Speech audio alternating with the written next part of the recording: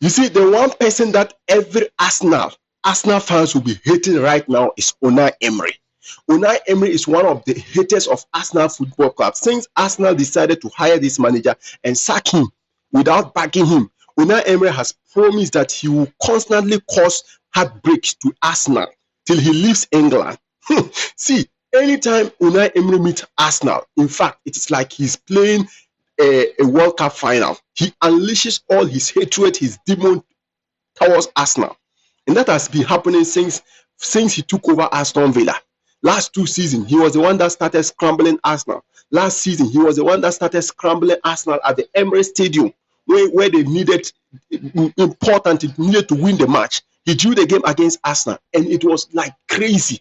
Now again, the momentum Arsenal is going, Aston Villa is the one to break Arsenal, to stop Arsenal unbeaten run. Arsenal were going on 18 games unbeaten in all competition. This is their second loss in the entire season so far, coming from Aston Villa at the villapark from their former manager. That is absolutely crazy, man.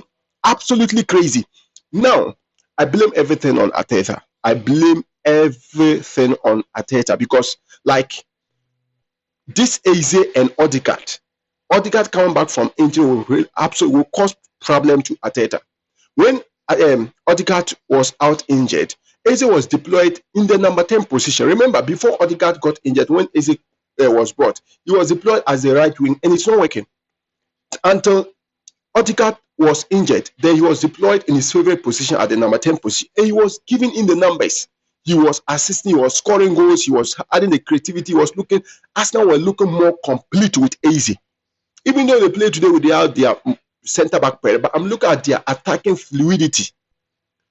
But when Odegaard came, today when I saw the lineup, Eze was deployed as a right back to accommodate Odegaard in the number 10 position. I know he's a captain, but you can use your winning formula, the team that you constantly win with, the attack, that attacking forward, so that at least you bring on Odegaard, try to ease Odegaard in, but see what happens. He has to substitute Eze in the second half because it was not working at all.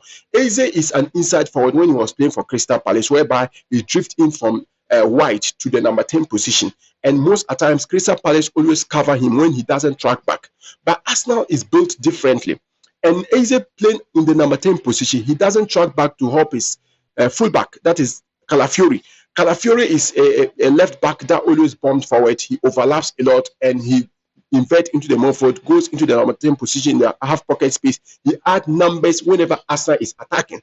So when Arsenal lose the ball in possession, they need the right winger to cover up Calafiori. But what happened? Eze doesn't track back. Look at the first goal. Eze lost control of the trap of his marker, and that led to the first goal. Then Arsenal brought in Trossard in the second half, and they equalized. Then Aston Villa unleashed every demon that they have in them. They were constant in the second half alone. I don't think Arsenal created up to 2 or 3 chances. Saka one and Martin Odegaard shots. That was it.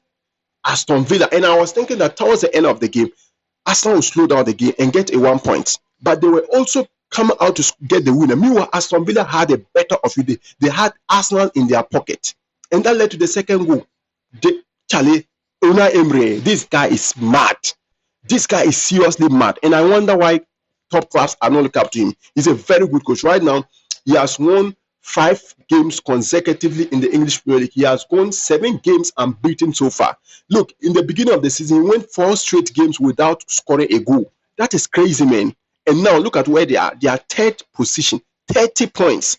That is massive, massive, massive congratulations to Unai Emery and Aston Villa.